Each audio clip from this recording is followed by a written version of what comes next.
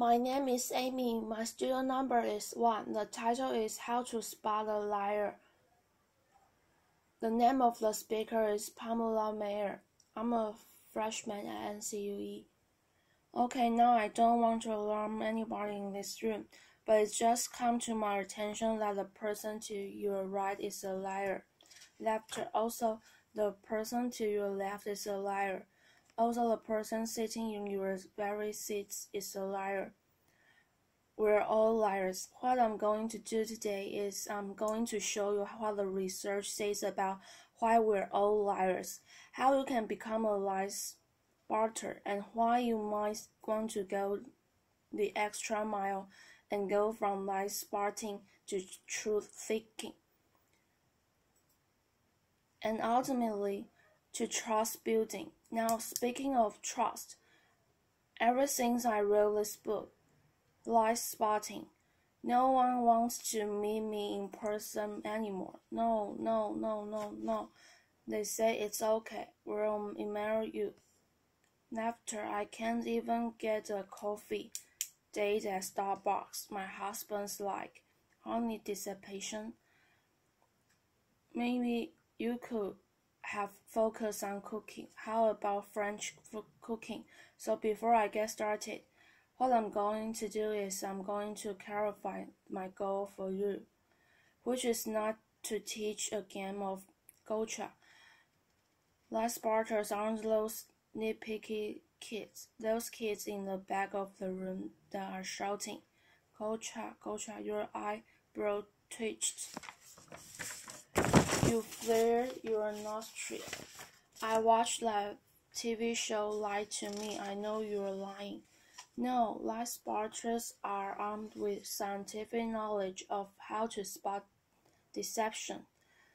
They use it to get to the truth, and they do what material leaders do every day.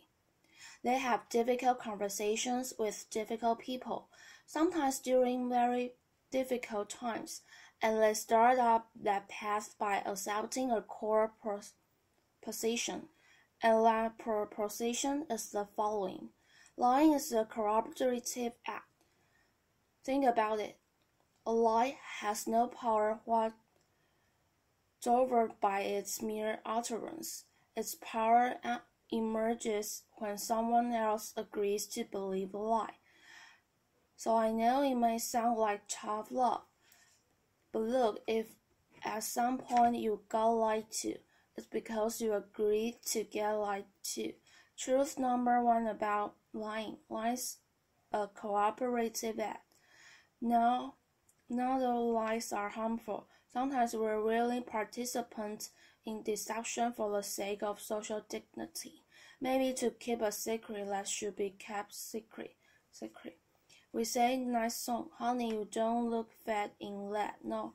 Or we say February of the dignity. You know, I just fished that email out of my spam folder. So sorry, but there are times when we are unwilling participants in deception, and that can have dramatic costs for us. Last year saw $997 billion in corporate fraud alone in the United States. That's an eyelash under $1 trillion. That's 7% of revenues. Deception can cost billions. Think Aaron Madoff, the mortgage crisis, or in the case of double agents and traitors like Robert Hansen and Elrich Ames. Lies can betray our country. They can compromise our security. They can undermine democracy. They can cause the death of those that defend us. Deception is actually serious business. This comment, Henry of London, he was such an effective comment. British authorities say he could have undermined the entire banking system of the Western world, and you can't find this guy on Google. You can find him anywhere. He was interviewed once, and he said the following. Hey, he said, Look, I've got one rule, and this was Henry's rule. He said, look, everyone is willing to give you something. They're ready to give you something for whatever it is they're hungry for. And that's the crux of it. If you don't want to be deceived, you have to know what is it that you're hungry for, and what we all kind of hate to it. We wish we were better husbands, better wives, smarter, more powerful, taller, richer. The list goes on. Lying is an attempt to bridge that gap, to connect our wishes and our fantasies about who we wish we were, how we wish could be, with what we're really like, and boy are willing to fill in those gaps in our lives with lies on a given day. Studies show that you may be lied to anywhere from 10 to 200 times. Now, granted, many of those are white lies, but in another study, it showed that strangers lied 3 times within the first 10 minutes of meeting each other. Laughter. Now, when we was first hear the data, we recoil. We can't believe how prevalent lying is. We're essentially against lying, but if you look more closely, the plot actually thickens. We lie more to strangers than we lie to co-workers. Extroverts lie more than introverts. Men lie 8 times more about themselves than they do other people. Women lie more to protect other people. If you're an average married couple, you're going to lie to your spouse in 1 out of every 10 interactions. Now you may think that's bad. If you're unmarried, the number drops to 3. Lying is complex. It's woven into the fabric of our daily and our business lives. We're deeply ambivalent about the truth. We parse it out on an as-needed basis, sometimes for very good reasons, other times just because we don't understand the gaps in our lives. That's truth number 2 about lying. We're against lying, but we're covertly for it in ways that our society has sanctioned for centuries and centuries and centuries. It's as old as breathing. It's part of our culture. It's part of our history. Think Dante, Shakespeare, the Bible, news of the war. Laughter. Lying has evolutionary value to us as a species. Researchers have long known that the more intelligent the species, the larger the neocortex, the more likely it is to be deceptive. Now you might remember Coco. Does anybody remember Coco the gorilla who was taught sign language? Coco was taught to communicate via sign language. Here's Coco with her kitten. It's her cute little floppy pet kitten. Coco once blamed her pet kitten for ripping a thing out of the wall. Laughter. We're hardwired to become leaders of the pack. It starts really, really early. How early?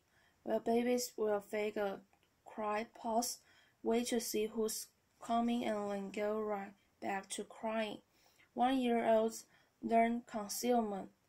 Laughter. 2-year-olds bluff. 5-year-olds lie outright.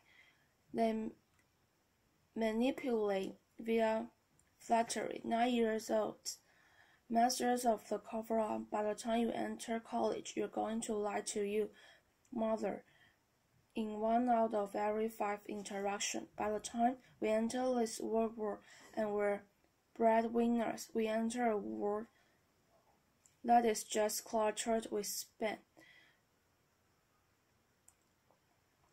Fake digital friends.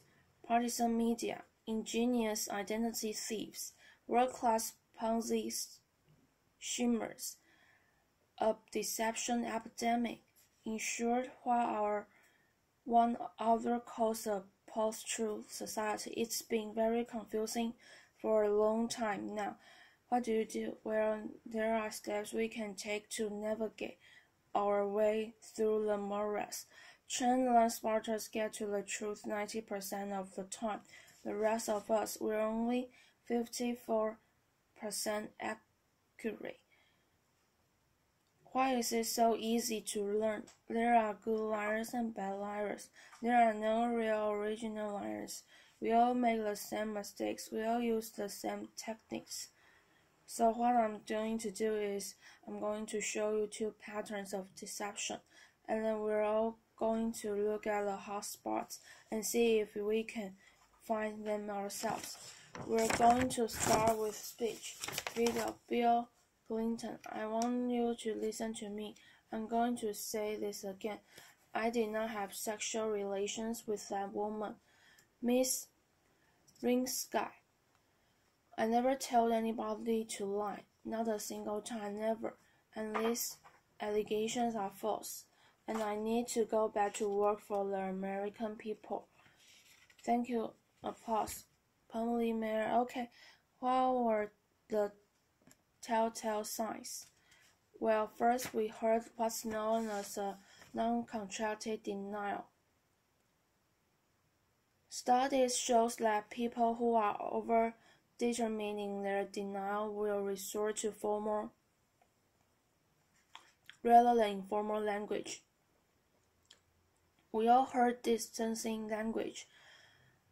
That woman. We know that liars will unconsciously distance themselves from their subject using language as their tool. Now if Bill Clinton has said, well, to tell you the truth, or Richard Nixon's favorite, in all candor, he would have been a dead giveaway for any lie spotter that knows that qualifying language. As he called, qualifying language like that further discredits the subject. Now if he had repeated the question in his entirety, or if he had prepared his account with a little too much detail, and we're all ready to really glad he didn't do that, he would have further discredited himself. Freud had it right. Freud said, look, there's much more to it than speech. No mortal can keep a secret. If his lips are silent, he chatters with his fingertips. And we all do it, no matter how powerful you are. We all chatter with our fingertips. I'm going to show you Dominic Strauss-Kahn with Obama was chattering with his fingertips. Laughter. Now this brings us to our next pattern, which is body language. With no body language, here's what you've got to do. You've really got to just know your assumptions out the door. Let the sounds temper your knowledge a little bit. Because we think liars fidget the time. We'll guess that they're known to freeze their upper bodies when they're lying. We think liars won't look you in the eyes. Well, guess what? They look you in the eyes a little too much just to compensate for that myth. We think warmth and smiles convey honesty, sincerity, but a trained lie spotter can spot a fake smile a mile away. Can you all spot the fake smile here? You can consciously contract the muscles in your cheeks, but the real smile's in the eyes, the cross-fit of the eyes. They cannot be consciously contracted, especially if you overdid the Botox.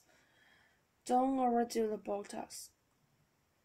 Nobody will think you are honest. Now we're going to look at the hot spots. Can you tell what's happening in conversation? Can you start to find the hot spots to see the discrepancies between someone's words and someone's actions? Now I know it seems really obvious, but when you're having a conversation with someone you suspect of deception. Attitude is by far the most overlooked but telling of indicators. An honest person is going to be cooperative. They're going to show they're on your side. They're going to be enthusiastic. They're going to be willing and helpful to getting you to the truth. They're going to be willing to brainstorm, name suspects, provide details. They're going to say, hey, maybe it was those guys in payroll that forged those checks. They're going to be infuriated if they sense they're wrongly accused throughout the entire course of the interview. Not just in flashes. They'll be infuriated throughout the entire course of the interview. And if you ask someone honest what should happen to whomever did forge those checks, an honest person is much more likely to recommend strict rather than lenient punishment. Now let's say you are having the exact same conversation with someone deceptive. That person may be withdrawn, look down, lower their voice, possibly kind of herky-jerky.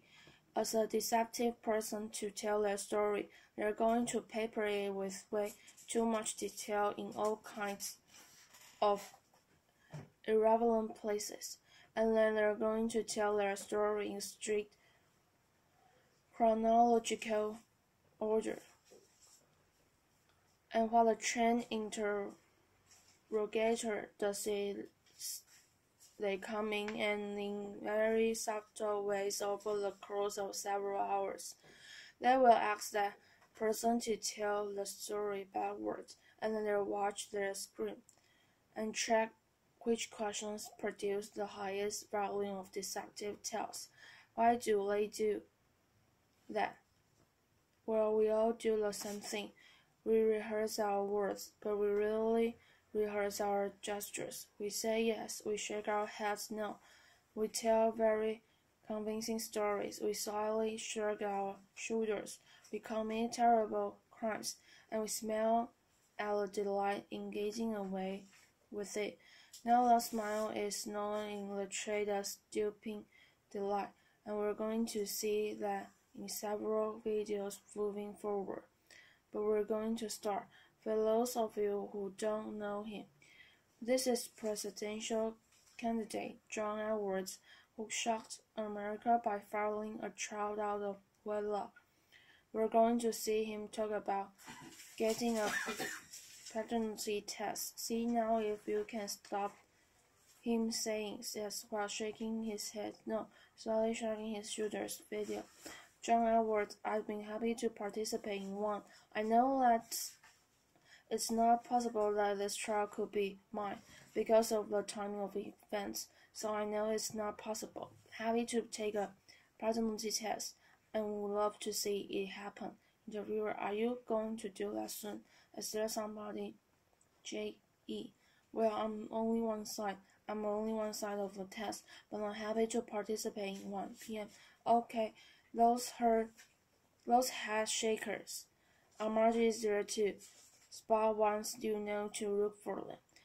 There are going to be times when someone makes one expression while I'm asking another that just one kind of leaks through in a flash. Mothers are known to leak sadness. You know, joint venture partner might shake your hand, celebrate, go out to dinner with you, and then leak an expression of anger. And we're not all going to become facial expression experts overnight here, but there's one I can teach you that's very dangerous out, son. It's easy to learn, and that's the expression of contempt. Now with anger, you've got two people on an even playing field. It's still somewhat of a healthy relationship, but when anger turns to contempt, you've been dismissed. It's associated with moral superiority. And for that reason, it's very, very hard to recover from. Here's what it looks like.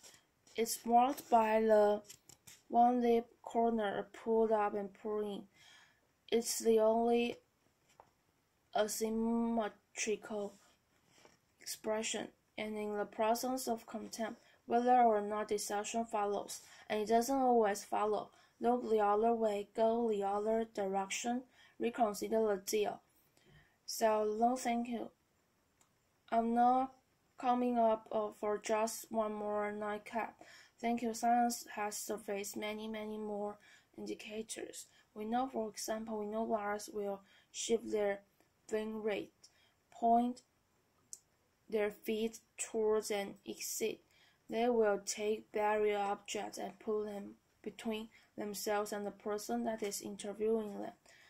They all alter their vocal tone, often making their vocal tone much lower. Now here's the deal. These behaviors are just behaviors. They're not proof of deception. They're red flags. They're human beings. We make deceptive, flaring gestures all over the place all day long. They don't mean anything in and of themselves. But when you see clusters of them, there is your signal. Look, listen, probe. Ask some hard questions. Get out of that very comfortable mode of knowing. Walk into curiosity mode. Ask more questions. Have a little dignity. Treat the person you're talking to with rapport. Don't try to be like those folks on Law and Order and those other TV shows that pummel their subjects into submission. Don't be too aggressive.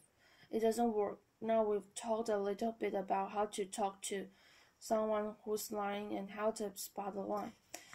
And as I promised, we're now going to look at what the truth looks like. And I'm going to show you two videos, two models. One is lying, one is telling the truth. And these were surfaced by researcher David Matsumoto in California. And I think they're an excellent example of what the truth looks like. This mother, Diane Downs, shot her kids at close range, drove them to the hospital while they bled all over the car, claimed a scraggy-haired stranger did it. And you'll see when you see the video, you can't even pretend to be an agonizing mother. What you want to look for here is an incredible discrepancy between horrific events that she described and her very cool demeanor. And if you look closely, you'll see duping delight throughout this video. Diane Downs. At night, when I close my eyes, I can see Christy reaching her hand out to me while I'm driving, and the blood just kept coming out of her mouth.